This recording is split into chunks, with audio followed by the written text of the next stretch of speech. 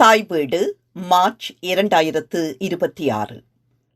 லெனினைச் சாட்டி அதிகாரத்துக்கு ஆசைப்படல். எழுதியவர் அஜித் ராஜபக்ஷ. தமிழில் மணி வேலுப்பிள்ளை.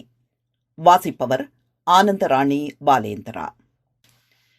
2026 ஜனவரி 21 மகாவலி நிலையத்தில் லெனினை வாசிப்போம் எனும் தொனிப்பொருளுடன் இடம்பெற்ற கூட்டத்தில் அமைச்சர் லால் காந்தா உரையாற்றினார்.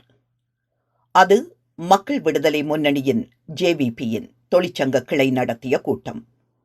கடந்த 15 ஆண்டுகளாக லெனினை வாசித்து வந்ததாக மார்த்தட்டிய லால் காந்தா தனது கட்சி தொடர்ந்தும் லெனினை அடியொற்றி நடை பயில்வதாக தெரிவித்தார். எதிர்ப்பதை விட ஆள்வது எளிது. அரசு அதிகாரத்தை கைப்பற்றுவதே அடுத்த இலக்கு. அந்த இலக்கை எய்துவதற்காக ஒரு கருத்தியல் வாரியான ஒருமைப்பாட்டை கட்டியெழுப்ப வேண்டும். அதை கையோடு செய்ய முடியாது, கட்டம் கட்டமாகவே செய்ய வேண்டும் என்று வலியுறுத்தி பேசினார் லால் காந்தா. கோட்பாட்டின் அடிப்படையிலேயே அரசாங்கம் இயங்கி வருகிறது. அந்த இயங்கு முறையை நெறிப்படுத்தும் தந்துரோபாய திட்டத்தை பகிரங்கமாக அறிவிக்க முடியாது. அது ஏற்கனவே மேற்கொள்ளப்பட்டுவிட்டது. கட்சிக்குள் மாத்திரமே அது பகிரப்பட்டுள்ளது என்று அமைச்சர் தெரிவித்தார். ஈற்றில் அரசும் அரசாங்கமும் இரண்டரக் கலந்த ஒன்றாகவே கொள்ளப்பட வேண்டும். எனினும் ஆட்சி அதிகாரத்தை கைப்பற்றுவதில் காணப்பட்ட அதே திடசித்தம் அரசு அதிகாரத்தை கைப்பற்றுவதில் காணப்படுகிறதா என்பதில் ஐயுறவு நிலவுகிறது. அத்தகைய திடசித்தம் போதியளவு காணப்படாதும் போகலாம் என்பதை அமைச்சர் ஒப்புக்கொண்டார். JVPயின் மார்க்சிய வரலாறு. குட்டி முதலாளித்துவ வர்க்கத்தில் உதித்த JVP பல்வேறு அரசியல் காலகட்டங்களில் இடதுபுறமும் வலதுபுறமும் சாய்ந்து வந்துள்ளது. தொடக்கத்திலிருந்தே மார்க்சிய சிந்தனையாளர்களின் மேற்கோள்களை தெரிந்தெடுத்து அவர்களது கருத்துக்களை சந்தர்ப்பவாத முறையில் தமது சொந்த அரசியல் தேவைகளுக்கேற்ப அது மாற்றியமைத்து வந்தது. குட்டி முதலாளித்துவ கருத்தியல் என்பது ஈடாட்டம் கொண்டது, தனிமனிதவாதம் மிகுந்தது. முதலாளித்துவ மேட்டிமை குழாத்துக்கும் தொழிலாள வர்க்கத்துக்கும் இடைப்பட்ட வர்க்க நிலைப்பாட்டினால் உருவாக்கப்பட்டது என்றெல்லாம் மார்க்சிய சிந்தனையாளர்கள் பலர் தெரிவிக்கின்றார்கள். இக்குழுமம் இரு தரப்புகளுக்கிடையே ஊசலாடுகின்றது. ஒரு முரண்பட்ட வாழ்வு கண்ணோட்டம் கொண்டது என்று பொதுவுடைமை கொள்கை விளக்கத்தில் மார்க்ஸ் குறிப்பிட்டுள்ளார். இந்தியா அகலக்கால் வைப்பதாக JVP ஆரம்பத்தில் பீதி கிளப்பியது. கொஞ்ச காலம் கழித்து ஒரு தீவிர நிலைப்பாட்டை எடுத்த JVP தமிழ் மக்களின் சுய நிர்ணய உரிமையை மட்டுமல்ல, பிரிவினை உரிமையையும் ஏற்றுக்கொண்டது. அடுத்த கட்டத்தில் அதற்கு மாறாக வலதுசாரி தரப்புகளுடன் சேர்ந்து வடக்கு கிழக்கிற்கு மாகாண மன்ற அதிகாரங்கள் வழங்குவதை எதிர்த்தது. இந்த மாகாண மன்ற எதிர்ப்பியக்கம் கொடிய வன்முறையாய் ஓங்கியது. இடதுசாரிகளும் தொழிற்சங்க தலைவர்களும் மாணவர் முன்னணி தலைவர்களும் 13வது திருத்தத்தை ஆதரித்த பொதுமக்களும் கொல்லப்பட்டார்கள். ஒவ்வொரு கட்டத்திலும் இச்செயல்களை நியாயப்படுத்த மார்க்சிய மேற்கோள்கள் முன்வைக்கப்பட்டன. மார்க்சியத்தை உள்நாட்டு நிலைமைகளுக்கு ஏற்ப மாற்றியமைக்கும் சாட்டில் அது திரித்துரைக்கப்பட்டது. இன்று லால் காந்தாவும் அவரது கூட்டாளிகளும் இழையும் வழுவாமல் அந்த அணுகுமுறையையே தொடர்ந்தும் கடைபிடித்து வருகிறார்கள். இலங்கை இந்திய உடன்பாட்டை ஆதரித்த இடதுசாரிகள் மீது இலக்கு வைத்த பொழுது எட்டத்து எதிரியை ஒழிக்க முன்னர் கிட்டிய எதிரியை ஒழிக்க வேண்டுமென்று லெனின் கூறியதாக மார்த்தட்டி அவர் கூற்றினை திரித்துரைத்து அக்கொலைகளை அவர்கள் நியாயப்படுத்தினார்கள். வெளிநாட்டு எதிரிகளை தோற்கடிக்கும் விடயத்தை விட உள்நாட்டு ஆளும் வர்க்கத்தையும் அரசையும் தோற்கடிக்கும் விடயத்துக்கு அதிக முதன்மை அளிக்கப்பட வேண்டுமென்று லெனின் வலியுறுத்தியது உண்மையே. வெளிநாட்டு எதிரிகளை எதிர்த்து போராடும் சாக்கில் தமது சொந்த முதலாளித்துவ வர்க்கத்தை ஆதரிக்கும் புரட்சிவாதிகளை எதிர்ப்பதற்காக முதலாம் உலகப் போரின் பொழுது லெனின் கூறிய விடயம் அது. தமது அரசியல் கொலைகளுக்கு நியாயம் கற்பிப்பதற்காக இந்த வாதத்தை JVP திரித்துரைத்தது. வலதுசாரி அரசாங்கங்களில் பங்கு பற்றிய வேளைகளில் அல்லது தேசியவாத தரப்புகளுடன் உறவாடிய வேளைகளில் கூட JVP தொடர்ந்தும் தன்னை மார்க்சிய லெனினிய கட்சி என முழங்கி செங்கொடிகளையும் மார்க்ஸ் ஏங்கல்ஸ் லெனின் படங்களையும் ஏந்திக் கொண்டது.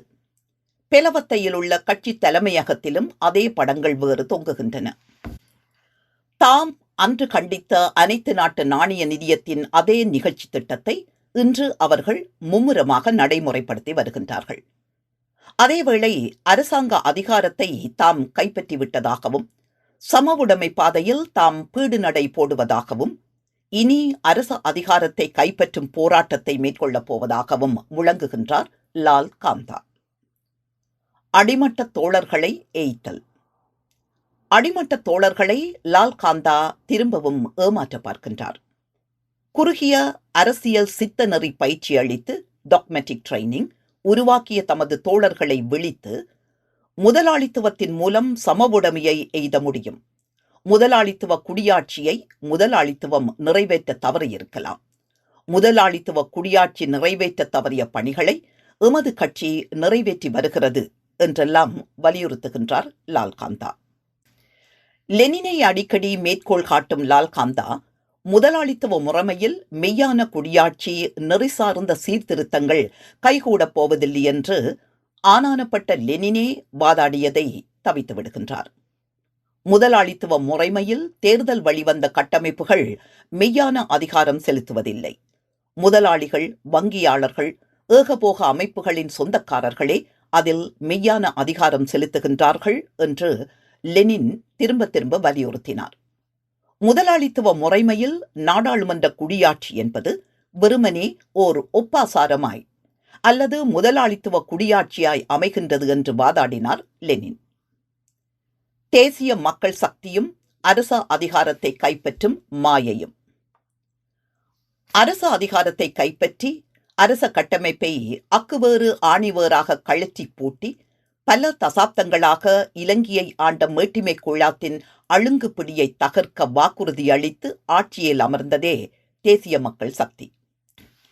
இடதுசாரி அரசியல் கோட்பாட்டின்படி அரச அதிகாரத்தை கைப்பற்றுவது என்பது வெறுமனே ஓர் அரசாங்கத்தை அமைப்பது அல்லது அமைச்சுகளை கையேற்பது என்று பொருள்படாது. மூலதனம் அரசின் மீது செலுத்தும் ஆதிக்கத்தை தகர்ப்பது என்றே பொருள்படும். குறிப்பாக நிதி மூலதனம், ஏகபோக வணிக குழுமங்கள், தேர்தல் முடிவுகளை பொருட்படுத்தாமல் பொருளாதார கொள்கையை வரையறுக்கும் வெளிநாட்டு தரப்புகள் அரசின் மீது செலுத்தும் செல்வாக்கை தகர்ப்பது என்றே பொருள்படும். மேற்படி நியமத்தின்படி நோக்கினால் அரசாங்கம் அரச அதிகாரத்தை கைப்பற்றிவிட்டதாக கொள்ள முடியாது. அதாவது அனைத்து நாட்டு நாணய நிதியத்தின் நிகழ்ச்சி திட்டத்துக்கு அமைய செயற்படும் ஓர் அரசாங்கம் அரச அதிகாரத்தை கைப்பற்றிவிட்டதாக கொள்ள முடியாது. அரசுறையை ரெவென்யூ மட்டுப்படுத்தும்படி, அரச நிறுவனங்களை மீள கட்டமைக்கும்படி, சமூக நல செலவை வெட்டி குறைக்கும்படி, குடியாட்சி நெறிக்கு உட்பட்ட தெரிவுகளை குறுக்கும்படி, அதாவது தேசிய இறைமைக்கு வரம்பு கட்டும்படி அனைத்து நாட்டு நாணய நிதியம் நிபந்தனை விதித்துள்ளது. அனைத்து நாட்டு நாணய நிதியத்தின் நம்பிக்கையை ஈட்டி அதன் நிகழ்ச்சி திட்டத்தை நடைமுறைப்படுத்துவதற்காகவே அந்நிதியத்தின் முன்னாள் நிறைவேற்று பணிப்பாளர் ஒருவர் இலங்கை மத்திய வங்கியின் ஆளுநராக நியமிக்கப்பட்டார் என்பது வெளிப்படையாகவே புலப்படுகிறது. அதேவேளை தேசிய மக்கள் சக்தி மேற்படி கட்டுக்கோப்பினை ஆறத் தழுவியது மட்டுமல்லாமல் அதை தவிர்க்கவியலாத செல் நெறி என்றும் பொறுப்பு வாய்ந்த செல் நெறி என்றும் வாதாடி வருகின்றது. அத்துடன் செல்வாக்கு மிகுந்த உள்நாட்டு வணிக பேர்வழிகளுடன் கூட்டுச் சேர்ந்து அதை பொருளாதார மீட்சிக்கு வேண்டிய நடைமுறையை அணுகுமுறையாக முன்வைத்துள்ளது. எந்த மேட்டிமை கட்டமைப்பை தகர்க்க அன்று ஜேவிபி வாக்குறுதி அளித்ததோ அந்த மேட்டிமை கட்டமைப்பையே இன்று அது மீளவும் நிலைநிறுத்துகின்றது. இலங்கையின் உள்நாட்டு முதலாளித்துவ வர்க்கம் தேசிய முற்போக்கு முதலாளித்துவ வர்க்கம் அல்ல.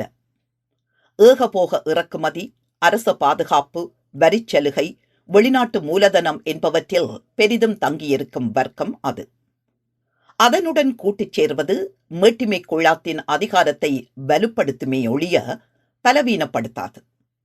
எனவே தேசிய மக்கள் சக்தி என்ன செய்கின்றது? இடதுசாரித்துவ முகமூடி அணிந்து கொண்டு தீவிர சொற்சிலம்பம் புரிந்து கொண்டு முதலாளித்துவ நெருக்கடியை அது சமாளித்து வருகின்றது.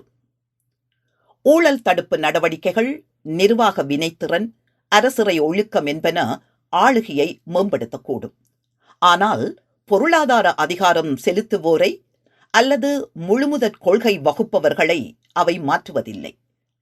நிலையூன்றிய முதலாளித்துவ அதிகார உறவுகளை வலுப்படுத்தும் கொள்கைகளை நியாயப்படுத்துவதற்கு இடதுசாரித்துவ மொழியை பயன்படுத்துவது அரசியல் வஞ்சனையாகும். நாடுகளுக்கு இடைப்பட்டதோ அல்லவோ எதுவாயினும் இது அரசியல் வஞ்சனையே. தேசிய மக்கள் சக்தி ஒரு நேரிய கட்சி என்றால் தனது கொள்கை திட்டத்தின் மட்டுப்பாடுகளை அது ஒப்புக்கொள்ள வேண்டும். அனைத்து நாட்டு நாணய நிதியத்துக்கு மேற்பார்வையின் கீழும் மேட்டிமை குழாத்தின் ஆதரவுடனும் தீவிர நிலைமாற்றம் கைகூடப் போவதில்லை. மாறாக தேசிய மக்கள் சக்தி மெய்யாகவே அரச அதிகாரத்தை கைப்பற்ற எண்ணினால் அனைத்து நாட்டு நாணய விதியம் விதித்த சிக்கனம், வரி உயர்வுகள், பொதுநலப் பணிகளை வெட்டி குறைத்தல், உள்நாட்டு மூலதனத்தை பாதுகாத்தல் என்பவற்றுடன் தமது இலக்கு இசைவுபடும் விதத்தை அது விளக்க வேண்டும். இற்றை வரை தேசிய மக்கள் சக்தி அதை ஒப்புக்கொள்ளவும் இல்லை, விளக்கம் அளிக்கவும் இல்லை. முதலாளித்துவ நெருக்கடிகளின் மூல காரணிகளை எதிர்கொள்வதை விடுத்து அந்நெருக்கடிகளை சமாளிக்கும் இடதுசாரித்துவ அரசாங்கங்கள் ஈற்றில் தமது சமூக தளத்தையே கையாலாகாத நிலைக்கு தள்ளுவதை வரலாறு காட்டுகின்றது. உறுதிப்பாட்டை சாட்டி சிக்கனத்தை நடைமுறைப்படுத்தும் பொழுதும் மக்களை அணி திரட்டுவதை விடுத்து அவர்களை கட்டுப்படுத்தி பொறுமை காக்கச் செய்யும் பொழுதும் சமூகத்தின் சீற்றம் உருமாறுமே ஒழிய தணியப் போவதில்லை. இலங்கையில் பொருளாதார நீதியை பின்தள்ளி ஒழுங்கு, பண்பாட்டு பாதுகாப்பு, வலிமை வாய்ந்த ஆட்சி பீடம் என்பவற்றை ஏற்படுத்துவதாக வாக்குறுதி அளித்து தணிக்கப்படாத சீற்றத்தை எளிதில் இனத்துவ தேசிய சொற்பெருக்காக திசை திருப்ப முடியும். அதனால் அரசியல் தோல்விக்கு உள்ளாகும் ஆபத்து உண்டாகும். மேற்படி நெருக்கடிக்கு எதிராக அல்லாமல் அதன் தருக்க விளைவாகவே வன்கோன்மை இன்னும் ஆழ்ந்து நிலையூன்றி வழமைப்பட்டுவிடும். லெனினது இன்றைய பொருத்தப்பாடு. லால் காந்தா ஆண்டு கணக்காக லெனினை வாசித்தும் கூட உரிய திறனாய்வில் ஈடுபட தவறிவிட்டார். சித்தநெறி படைத்த ஜேவிபியிடம் திறனாயும் திறனோ நாட்டமோ கிடையாது. தற்கால மார்க்சிய அறிவாந்தோர் லெனினை முற்றுமுழுதாக நிராகரிக்கவில்லை. அவரது தீர்வுகள் வரலாற்று காலகட்டத்துடன் மட்டுப்பட்டவை. அவற்றை இன்று கைக்கொண்டால் ஆபத்து விளையும். குடியாட்சி கட்டமைப்புகளை அகற்றிவிட்டு கட்சியின் மேட்டிமை குழாங்களை பதவியில் அமர்த்துவது ஒரு மாற்று வழி அல்ல, வெறுமனே ஒரு பதிலீடு என்பது அறிவாந்தோரின் வாதாட்டம்.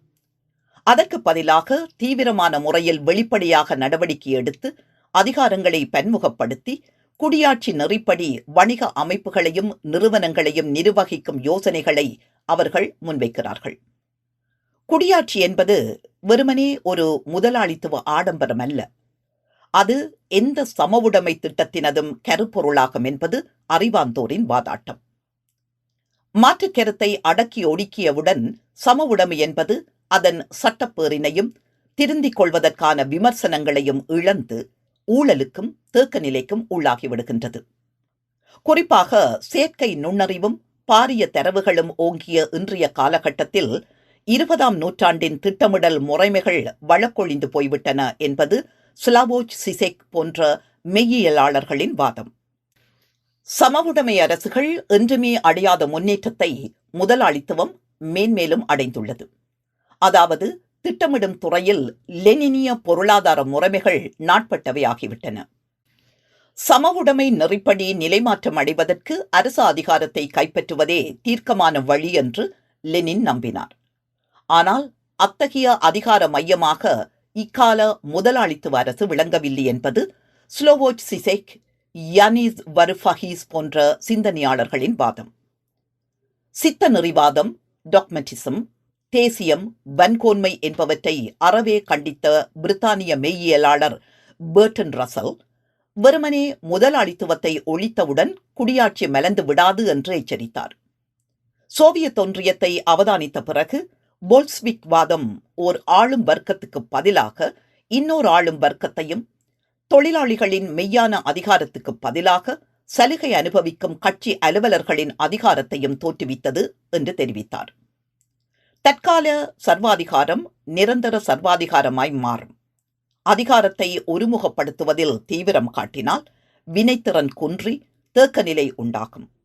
பலவந்தம் கொண்டு கட்டியெழுப்பப்படும் சமூகம் மெய்யான சுதந்திரத்தை ஏற்படுத்தாது என்றெல்லாம் அவர் ஆரூடம் கூறினார். ரசலின் தொலைநோக்கிற்கு புலப்பட்டதே ரஷ்யாவில் பெரிதும் நிகழ்ந்தது. போல்ஸ்விக் அரசு பாரிய அடக்குமுறையில் ஈடுபட்டு கட்சிக்குள் ஓங்கிய மாற்றுத் தலைவர்களை ஒழித்து கட்டியது. அதன் பின்னர் வேறு நாடுகளில் அதே கருத்தியலை கடைபிடித்த கட்சிகள் அத்தகைய அழிவினை ஏற்படுத்தின. இனிமேல் அத்தகைய நாட்பட்ட அணுகுமுறைகளை முன்வைத்தால் ஆபத்து விளையும். இலங்கை அத்தகைய வழியில் செல்வதை எவரும் விரும்பவில்லை. லால் காந்தாவும் அவருடைய கூட்டாளிகளும் சம உடைமை பற்றிய கற்பனைகளை இட்டுக்கட்டாமல் தமது முதலாளித்துவ நாட்டத்தை ஒப்புக்கொண்டால் அனைவருக்கும் நன்மை பயக்கும். பொய்கள் ஒரு திட்டத்துக்கு ஓரளவுக்கே கை கொடுக்கும். முதலாளித்துவத்துக்கு ஒரு மெய்யான மாற்று வழியை சிந்தித்து முன்வைக்கும் வல்லமையற்றதாக இருப்பதே இக்கால இடதுசாரித்துவத்துக்கு நேர்ந்துள்ள தலையாய நெருக்கடி என்கிறார் யானிஸ் வரஃபாகிஸ். முதலாளித்துவத்துக்கு பிறகு வருவதென்ன? அது எப்படி செயற்படும்? அதற்கும் தற்போதைய முறைமைக்கும் இடையே காணப்படும் முக்கிய வேறுபாடுகள் என்ன? தொலைநோக்கற்ற அரசியல் திறனாய்வினுள் அகப்பட்டுள்ள இடதுசாரித்துவம் இவ்வினாக்களை காலங்காலமாக தவிர்த்து வருகிறது என்பது அவரது வாதம். குடியாட்சியை வெறுமனே கண்டித்தால் மட்டும் போதாது. ஓர் ஒருங்கிசைவான தரவு நிறைந்த செயற்படுத்தக்கூடிய மாற்றுத் திட்டமே உடனடியாக தேவைப்படுகின்றது. அத்தகைய திட்டத்தை வகுப்பது கடினம். எனினும் அரசியலில் அத்தகைய திட்டத்தை வகுப்பது தவிர்க்க முடியாத ஒன்று. Ajith Rajapaksa, The Lenin That Power Prefers. Colombo Telegraph, 31st January 2026. Translated by Mani Velupillai, 5th February 2026. நன்றி.